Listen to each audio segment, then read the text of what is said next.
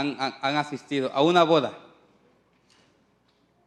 ¿Cuántos de los que estamos aquí? Yo creo que la mayoría hemos asistido a una.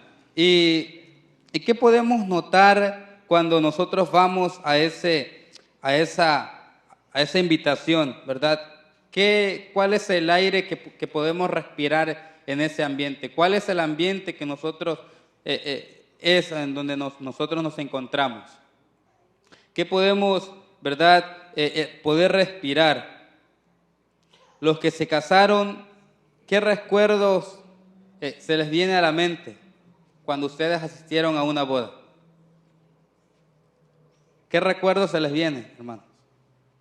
Es cierto que hay fotos, el vestido, ¿verdad? ¿Qué más? Las flores, la comida, ¿verdad? Que no debe faltar en una boda.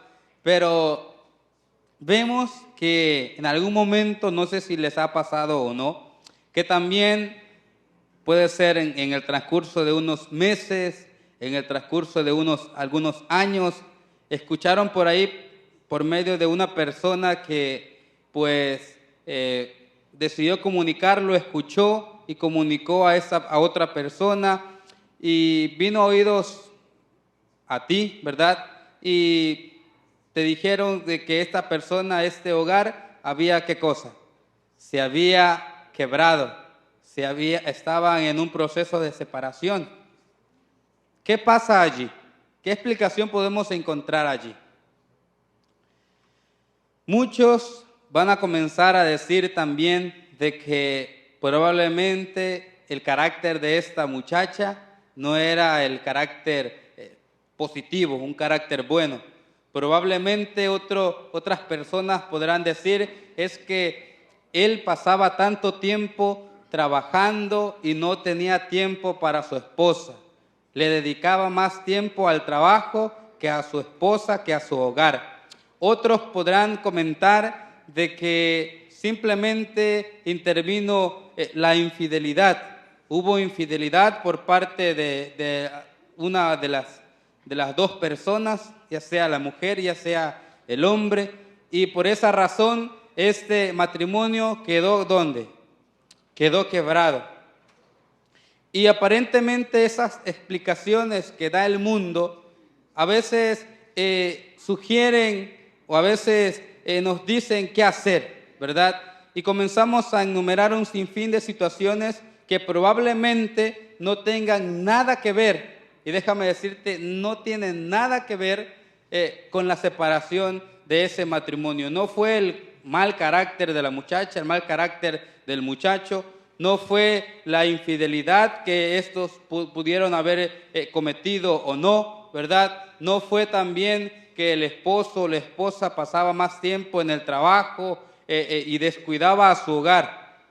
Déjame decirte que la explicación para esta introducción que estoy teniendo contigo, me gustaría responderte en el libro de Mateo. Mateo, vamos a abrir nuestras Biblias en el libro de Mateo, capítulo 13 y versículo 28. Vamos a ver qué nos dice el libro de Mateo, capítulo 13 y verso 28. La palabra de Dios dice, y Él les dijo, cuando Jesús estaba con sus discípulos y les estaba refiriendo la parábola del trigo y la cizaña. En el verso 28, el Señor les responde y les dice, un enemigo ha hecho ¿qué cosa? Un enemigo ha hecho esto. Y los siervos le dijeron, ¿quieres pues que vayamos y le arranquemos? Esto hablando ya los discípulos y Jesús, ¿verdad? Respecto al trigo y la cizaña que estaban creciendo ¿en dónde? Juntos, ¿verdad? Que estaban creciendo juntos y pues prácticamente eran ¿cómo? Eran idénticos. Y en esta tarde, hermanos, en estos 30 minutos que tengo para hablar contigo, quiero hablarte acerca de la oración que el Señor ansía responder. ¿Qué oración el Señor ansía responder? En esta tarde lo vamos a descubrir. Y vamos a abrir ahora sí nuestras Biblias en cuál fue nuestra lectura en el libro de Marcos, capítulo 1 y versículo 35. Marcos, capítulo 1 y versículo 35. ¿Qué nos dice la palabra de Dios? Dice, levantándose muy ¿de qué? Levantándose Jesús muy de mañana, siendo aún como, aún muy oscuro, salió y se fue ¿a dónde? A un lugar, ¿dónde? A un lugar desierto, y allí, ¿qué cosa? Y allí oraba. La oración que el Señor ansía responder. ¿Qué oración el Señor ansía responder? Y como vemos en esta parte, vemos al maestro de maestros, ¿cómo? Dando ¿qué cosa? El ejemplo. Y como seres humanos a veces se nos olvida o se nos hace mucho más fácil ver nuestro celular a la hora de levantarnos que ir y orar. Que levantarte y orar y hacer tu oración, ¿verdad? Pero aquí el maestro nos está mostrando qué es lo que tenemos que hacer todos los días, muy de mañana.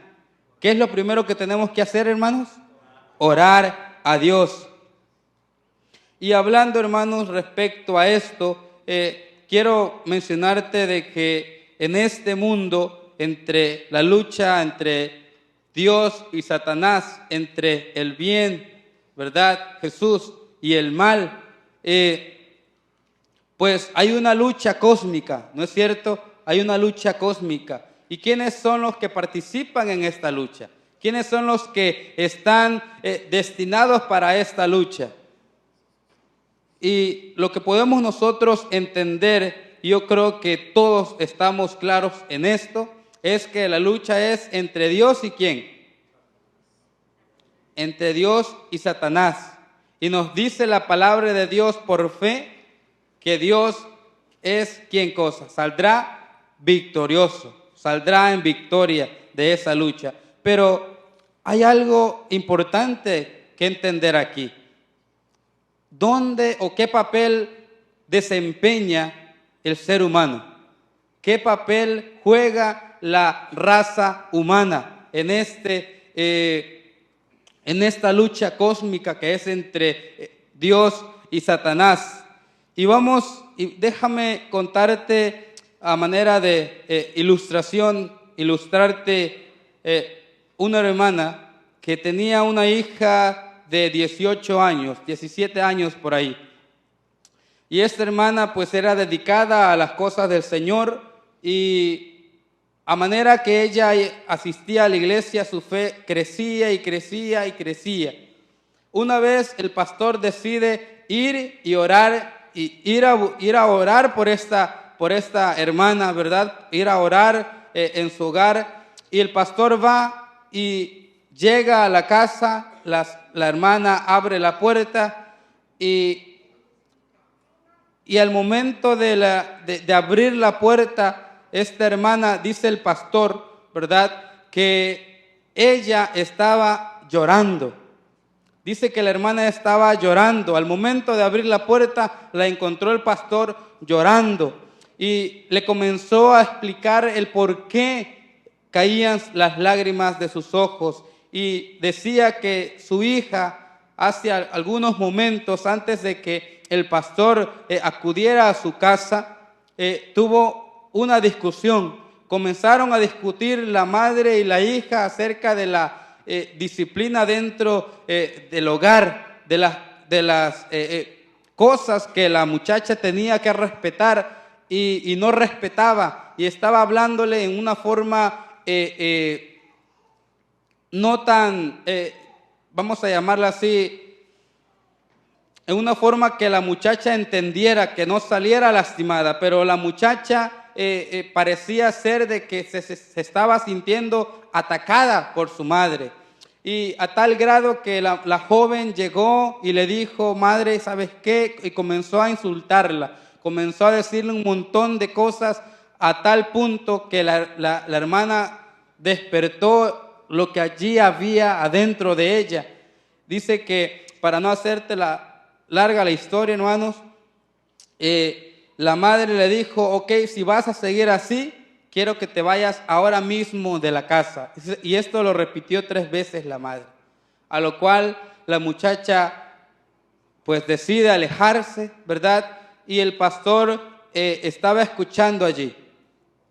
Y nos damos cuenta, hermanos, a través de esta historia, que nosotros en este mundo, en esta lucha cósmica, ¿verdad?, que persiste en este mundo, el ser humano es actor, el ser humano es espectador, el ser humano actúa por emociones, el ser humano actúa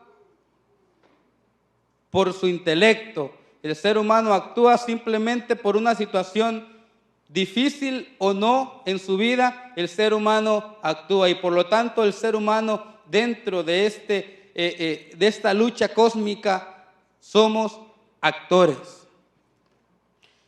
Y déjame decirte que también nuestras palabras expresadas en los confines de nuestro hogar hacen eco en toda su extensión. O nuestras palabras son las que un ángel cantará en camino al cielo para registrarlas, o será que son las palabras que alegran a los demonios. Hermanos, en pocas palabras, el ser humano es un actor dentro de la lucha cósmica. Cada acción que realizamos, cada película que nosotros vemos, cada música que nosotros escuchamos, cada lugar a donde nosotros vamos, hermanos, la Biblia nos dice y nos repite una y otra vez que esta lucha también tiene que ver con ángeles que están alrededor de ¿quién? Alrededor nuestro, y que tienen una relación con la lucha cósmica. ¿Y por qué? Se preguntarán por qué. La Biblia dice también, y vamos a abrir nuestras Biblias allí en el libro de Ezequiel. Vamos a abrir nuestras Biblias en el libro de Ezequiel, capítulo 22. Ezequiel, capítulo 22, versículos 29 y 30. Ezequiel, capítulo 22, verso 29 y 30. Y nos dice: el pueblo de la tierra usaba de opresión y cometía ¿qué cosa? El pueblo de la tierra usaba de opresión y cometía robo. Al afligido y menesteroso hacía ¿qué cosa? Hacía violencia. Y al extranjero oprimía sin derecho. Y busqué, dice el Señor, y busqué entre ellos hombres que hiciesen vallado y que se pusiese en la brecha delante de mí a favor de la tierra, para que yo no la destruyese. Y saben una cosa, dice el Señor que no lo halló. ¿Por qué? ¿Por qué el Señor no halló a nadie que pudiese construir un vallado y que se pusiese en la brecha delante del Señor? ¿Por qué? Verso 29. Porque la tierra usaba de opresión y cometía ¿qué cosa? Y cometía robo. Porque la tierra al afligido y menesteroso hacía ¿cómo? ¿Qué cosa? Hacía violencia. Y al extranjero oprimía sin derecho. El pueblo de Israel estaba pasando un momento difícil en su vida. Se habían rebelado en contra del Señor. Había dejado la oración por un lado y se habían dedicado a hacer cosas de maldad. Habían infringido la ley y se habían hecho hacedores de ¿qué cosa? Hacedores de maldad. Y cuando Cristo vino, cuando el Señor a través de sus siervos, de los profetas, ¿verdad?, hablaba y les exhortaba día a día, el pueblo no entendía, no entendió el mensaje, no entendió el propósito que Dios tenía para el pueblo de Israel. Decidió el pueblo de Israel seguir pecando, seguir haciendo o siguiendo sus propias concupiscencias, y sin embargo se iba a tal grado de ir apartándose y alejándose del Señor día a día. Y dice la palabra de Dios que el mundo está en pecado. ¿Que el mundo está en qué? El mundo está en pecado. Y cuando el Señor vino hacia ellos, hacia el pueblo de Israel, dice que no encontró a nadie. ¿Por qué? Porque la raza humana estaba en pecado. Veían las maravillas del Señor siendo dirigidas por Él en el desierto y aún así seguían pecando. Pero déjame decirte algo interesante. Punto número 2. Dios busca intercesores. ¿Dios busca qué? Dios busca intercesores. Dice, según la palabra del Señor, que cuando Él decidió hacer o construir un vallado, o sea, una muralla de protección, no encontró a ninguno que pudiera ponerse delante de Él y decir: de aquí para adentro no pasas, porque el que está conmigo es Dios. No hubo nadie. Pero sigue diciendo la palabra del Señor. Vamos a abrir nuestras Biblias en el libro de Primera de Juan, capítulo 5, versículo 19. Primera de Juan, capítulo 5, versículos 19. ¿Qué dice la palabra del Señor? Dice: sabemos que somos ¿de quién? Sabemos que somos de Dios. Y el mundo entero está, ¿qué cosa? ¿Está bajo qué? ¿Está bajo qué, hermanos?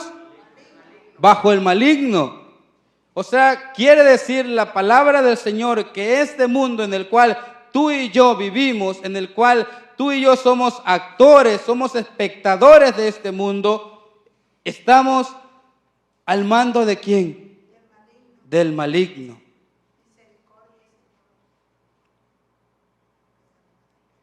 Dentro de Israel, el maligno estaba haciendo estragos. Pero Dios, hermanos, en el libro de Juan, capítulo 3, versículo 16, nos dice: porque de tal manera amó Dios ¿a quién? Al mundo que está ¿en qué? Está en pecado. Porque de tal manera amó Dios al mundo que dio, aún así, sabiendo que el pueblo estaba en pecado, decidió dar a su Hijo, ¿quién? A su Hijo unigénito, para que todo aquel que en Él crea no se pierda, mas tenga vida eterna. En pocas palabras, hermanos, Dios quiere salvarte. En pocas palabras, el Señor quiere ayudarte. El Señor quiere ofrecerte su ayuda. ¿Por qué no permitimos que el Señor entre en nuestras vidas? ¿Por qué no permitimos que el Señor haga estragos en nuestras vidas? ¿Verdad? El libro de Isaías, vamos a ir a una historia que quizás no nos guste tanto escucharla, pero es necesario en esta noche estudiarla. Isaías capítulo 59, versículo 16. Isaías capítulo 59 y versículo 16. Isaías 59, 16. Dice: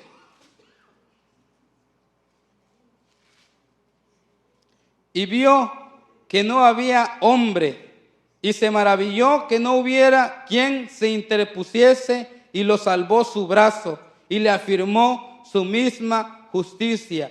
Y vamos a regresar al versículo 1, cuando el pueblo de Israel estaba en pecado, cuando el pueblo de Israel estaba siguiendo sus propias concupiscencias y le estaba diciendo al Señor: muéstrate.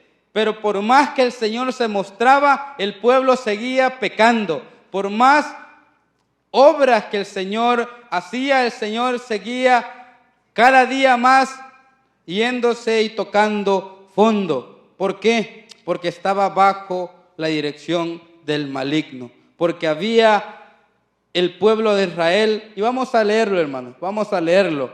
En el versículo 1, he aquí que no se ha cortado la mano de Jehová para salvar, ni se ha agravado su oído para oír. Pero vuestras iniquidades, dice la palabra de Dios, pero vuestras iniquidades han hecho división ¿entre quién? Entre vosotros y vuestro Dios, y vuestros pecados han hecho ocultar de vosotros sus rostros para no oír. Y te voy a mencionar qué es lo que estaba haciendo el pueblo de Israel y qué es lo que estamos haciendo hoy nosotros en día. Porque vuestras manos están contaminadas de sangre y vuestros dedos de iniquidad, vuestros labios pronuncian mentira, hablan maldad vuestra lengua. No hay quien, verso 4, que clame por la justicia, ni quien juzgue por la verdad. Confían más bien, en otras versiones dice, confían más bien en vanidad y hablan vanidades, conciben maldades y dan a luz, ¿qué cosa? Iniquidad. Incuban huevos de áspides y tejen telas de arañas. El que comiere de sus huevos morirá, y si los apretaren saldrán víboras. Sus telas no servirán para vestir, ni de sus obras serán cubiertos. Sus obras son obras de iniquidad, y obra de rapiña está en sus manos. Sus pies corren al mal, se apresuran para derramar la sangre inocente. Sus pensamientos de iniquidad, destrucción y quebrantamiento hay en donde hay en sus caminos. ¿Quieren que siga, hermano? No conocieron camino de paz, ni hay justicia en sus caminos. Sus veredas son torcidas, cualquiera que por ellas fuere no conocerá ¿qué cosa? La paz. Por esto se alejó de nosotros ¿quién? Por esto se alejó de nosotros la justicia y no nos alcanzó la rectitud. Esperamos luz y aquí tinieblas, resplandores y andamos ¿cómo? En oscuridad. Queremos luz, pero queremos seguir viviendo ¿en dónde? En oscuridad. Queremos vivir o queremos tener la luz, pero nuestras acciones nos inspiran a que estamos ¿en dónde? En las tinieblas, en la oscuridad. Y vamos a leer el versículo 15. Y la verdad fue detenida. ¿Qué cosa? La verdad fue detenida. Y el que se apartó del mal fue puesto en prisión. Y lo vio Jehová y desagradó a sus ojos, porque pereció el derecho. Ustedes sabrán de quién está hablando el texto.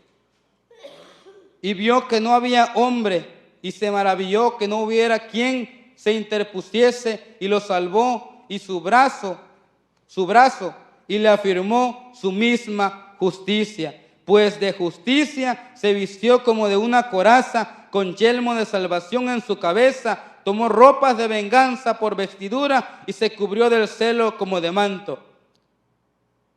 La oración que el Señor ansía responder. La oración que el Señor ansía responder. ¿Cuál es? Dice la palabra de Dios que la verdad fue detenida. Cristo Jesús se detuvo por un momento y observó. Y el que estuvo en maldad, el que originó la maldad, fue puesto ¿en dónde? En prisión. Y lo vio Jehová y desagradó a sus ojos, porque pereció el derecho. Pero vino alguien y pues de su justicia se vistió como de una coraza, y con el yelmo de la salvación en su cabeza. ¿Quién es esta persona que intercede, hermano? Hoy déjame decirte que Cristo Jesús es el que pelea por ti. Hoy déjame decirte que Cristo Jesús es el único que puede interceder en favor de la raza humana, en favor de nuestras iniquidades, nuestros pecados.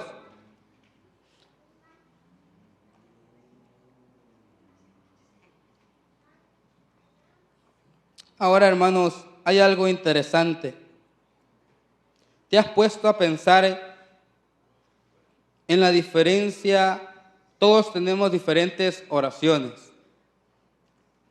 pero se siente hermoso cuando alguien intercede por alguien más, cuando alguien ora por alguien más.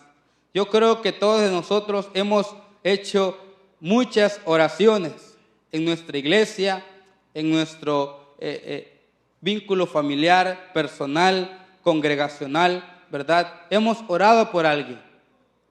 Y Dios ha contestado la oración. Y Dios ha escuchado nuestras súplicas. Y Dios ha escuchado nuestras plegarias. Pero ahora en esta mañana, en esta noche, el Señor tiene algo que decirte. Yo quiero escucharte. Yo quiero hablar contigo. Yo quiero que me cuentes tus problemas. Yo sé lo que tú estás pasando, pero déjame ayudarte. Quiero escuchar tu voz. Ven a mí, te dice el Señor, ¿verdad? Y hermanos, es triste cuando por más que oramos, por más que le pedimos al Señor, Señor, cambia mi vida, por más que le pedimos al Señor, intercede en la vida de mi hermano, de mi hermana, de mi padre, de mi madre, de mis hijos, pareciera ser de que nos hundimos más en el pecado y comenzamos a hacer cosas, pero el Señor te dice, no estás solo. El Señor en esta noche te dice, yo no sé cuál es el propósito que tú tienes en este mundo, pero déjame decirte que tú eres el propósito por el cual yo derramé mi sangre en la cruz.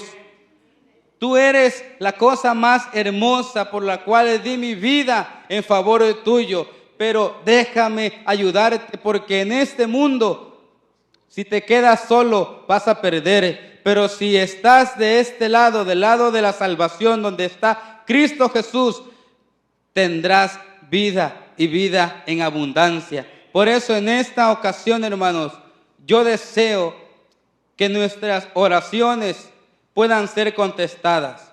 Yo deseo en esta noche que nuestras oraciones puedan ser de consagración, que en esta noche podamos encontrarnos con el Señor y decirle, Señor, reconozco que estoy pecando, reconozco que no he hecho lo que a ti te agrada, ayúdame.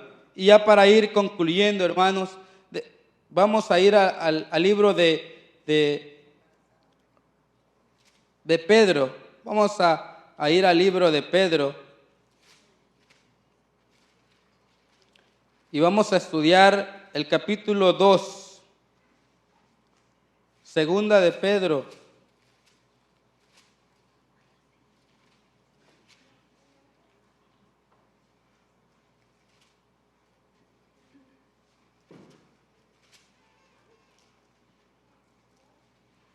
Y la Biblia, hermanos, es interesante porque al momento de nosotros orar a Dios, no lo vamos a leer por el tiempo, al momento de nosotros ir delante del Señor, el Señor está esperando una respuesta. El Señor está esperando de que tú y yo podamos abrir el corazón del Señor. El Señor está esperando a de que nosotros le busquemos a Él tal cual nosotros somos. Alguien me decía, pero Brian, ¿qué tengo que hacer para poder ir a tu iglesia? ¿Qué puedo yo hacer para comenzar a congregarme dentro de mi iglesia? No tienes que hacer nada, le digo. Pero yo veo que ustedes van así, y tienen estas costumbres y yo no la tengo. No necesitas hacer nada. Solo necesitas dejar que Cristo Jesús intervenga en tu vida.